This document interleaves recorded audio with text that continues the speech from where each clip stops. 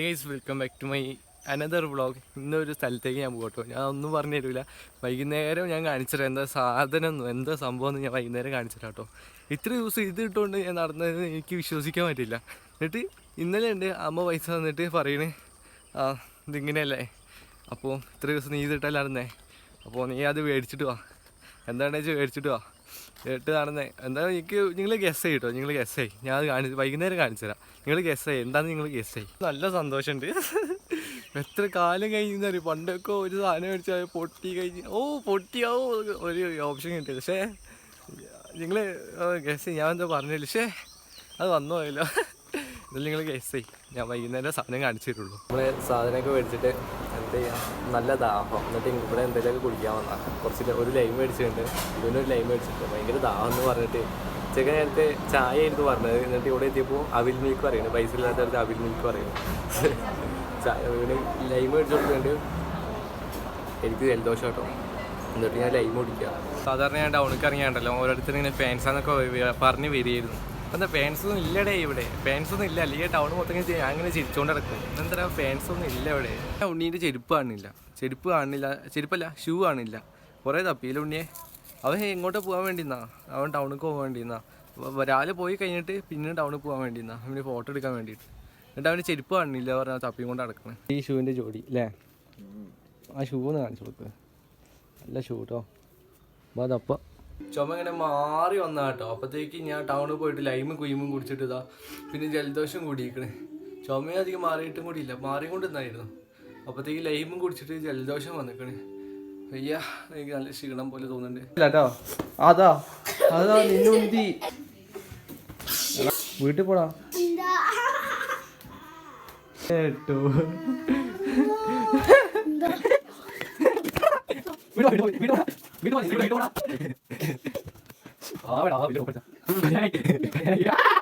കുറച്ചേരം ഫുട്ബോൾ കളിച്ചോണ്ടിരുന്നു കേട്ടോ.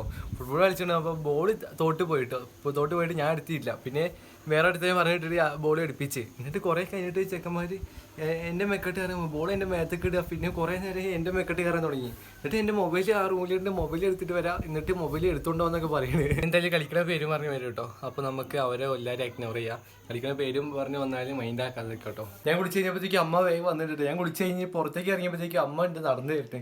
എന്തായാലും അമ്മേൻ്റെ ഫസ്റ്റ് റിയാക്ഷൻ നമുക്ക് നോക്കാം. നമുക്ക് അമ്മേൻ്റെ അടുത്ത് നോക്കാം. 2000 എത്ര ആയിക്കണേ. കാര്യം പറയാം, കാര്യം പറയാം.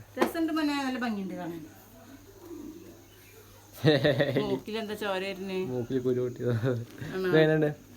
അടിപൊളി. സൂക്ഷിച്ചോളണോ? പിന്നെ ഞാൻ പിന്നെ ഏത് എവിടെ വെക്കാനാ, ഡാൻസ് ഒന്നും കളിക്കൂല. ഇതാണ് ഞാൻ പറഞ്ഞ സാധനം കേട്ടോ. സാമ്പേൻ്റെ അല്ല സിൽവർ കളറുള്ള ഷൂ ഞാൻ മേടിച്ചാണ് ഇത് രാവിലെ പോയിട്ട്. ഞാനിത് വൈകുന്നേരം കാണിച്ചിട്ടാന്ന് പറഞ്ഞാൽ എന്താ അറിയോ, അമ്മയും കൂടി വന്നിട്ട് അമ്മേൻ്റെ റിയാക്ഷൻ കാണിക്കാൻ വേണ്ടിയിട്ടാണ് വൈകുന്നേരത്തേക്ക് വെച്ചത് കേട്ടോ. സാമ്പേൻ്റെ ഷൂ എന്ത് രസം. ഞാൻ ഇന്നലെ ഇങ്ങനെ ഷൂ സ്ക്രോൾ ചെയ്ത് ഇങ്ങനെ കണ്ടോണ്ടിരിക്കാം. മറ്റേ ഉണ്ണീൻ്റെ മൊബൈലിൽ ഇങ്ങനെ നോക്കിക്കൊണ്ടിരിക്കുക, നല്ല ഷൂ ഉണ്ടോ മേടിക്കാൻ പറ്റിയ അടിപൊളി ഷൂ ഉണ്ടോ നോക്കിക്കൊണ്ടിരിക്കുക.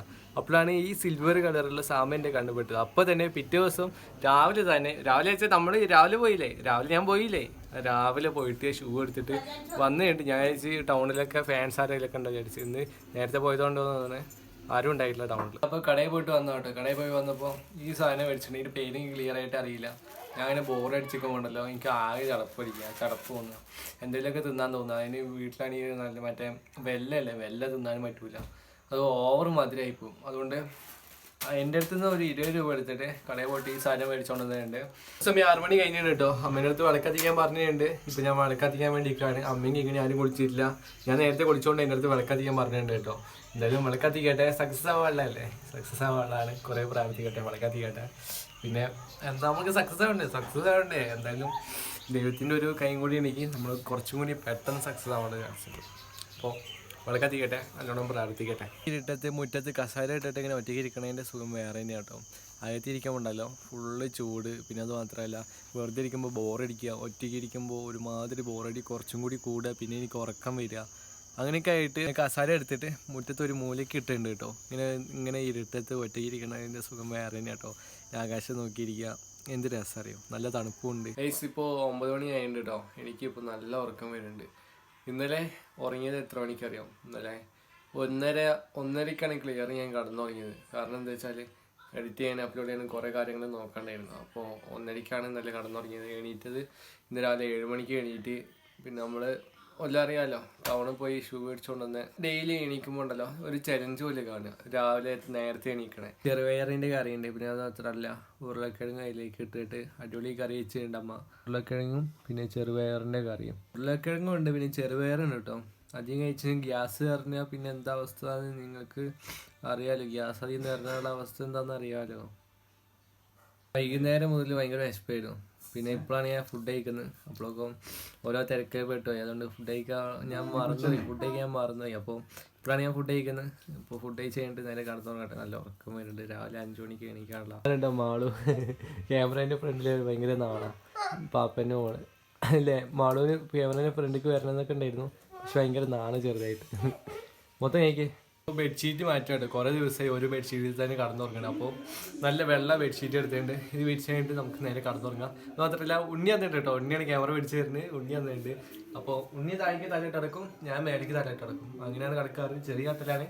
ഇപ്പോൾ രണ്ടാൾക്കും അതേപോലെ കിടന്നാലാണ് സുഖമായിട്ട് കിടക്കാൻ പറ്റുള്ളൂ. അപ്പോൾ എന്തായാലും ഞാൻ വിരിക്കട്ടെ. ബെഡ്ഷീറ്റ് പറഞ്ഞു ഇതായിട്ട് ബെഡ്ഷീറ്റ്, ഇതൊക്കെ വെള്ള ബെഡ്ഷീറ്റ്. ഇത്തിരി ചടിയായി തന്നെ നല്ല അറിയും. എടാ ക്യാമറ ചിരിച്ചല്ല നേർക്ക്. ഇപ്പോൾ സമയം 10 മണി കഴിഞ്ഞിട്ടുണ്ട് കേട്ടോ. അപ്പോൾ ഞാൻ കിടക്കാൻ വേണ്ടിയിട്ടാണ്. രാവിലെ നേരത്തെ എണീക്കാനുള്ളതാണ്. രാവിലെ ഒരു 5 മണിക്ക് എണീക്കണമെന്ന് ഞാൻ പ്രതീക്ഷിക്കുന്നു, അല്ലെങ്കിൽ 5:30ക്ക് എണീക്കും. 6 മണി വരെ വെക്കില്ല, 5 മണിക്ക് അല്ലെങ്കിൽ 5:30ക്ക് എന്തായാലും ഉറപ്പായിട്ട് എണീക്കും കേട്ടോ. അപ്പോൾ നമ്മൾ ഇന്നത്തെ വ്ളോഗ് ഇത്രേ ഉള്ളൂ. എല്ലാവർക്കും ഇഷ്ടപ്പെട്ട് വിചാരിക്കുന്നു. എല്ലാവരും ലൈക്ക് ചെയ്യുക, സബ്സ്ക്രൈബ് ചെയ്യുക, മാക്സിമം സപ്പോർട്ട് ചെയ്താണ്. അടുത്ത നല്ല വ്ളോഗായിട്ട് നാളെ കാണാം കേട്ടോ.